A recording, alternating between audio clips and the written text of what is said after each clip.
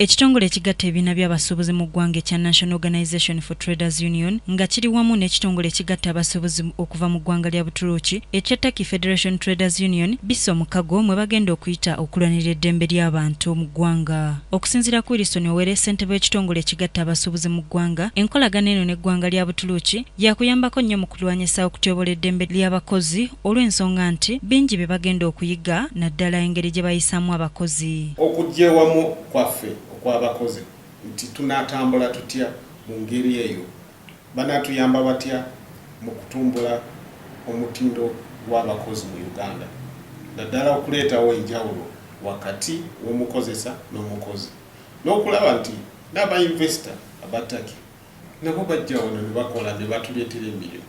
Nga bwe baalugera nti agali awamu ge galuma ennyama, enkolagana eno yakuyambako mu kulwanirira eddembe ly'abakozi naddala mu makolero awamu n'okufuba okulaba nga abakozi bonna tebateeka bulamu bwabwe matigga. Mu kino baakubagabira ebikozesebwa naddala mu makolero omuli ebyambalo ebitangira okufuna obulabe ku bulamu bwabwe.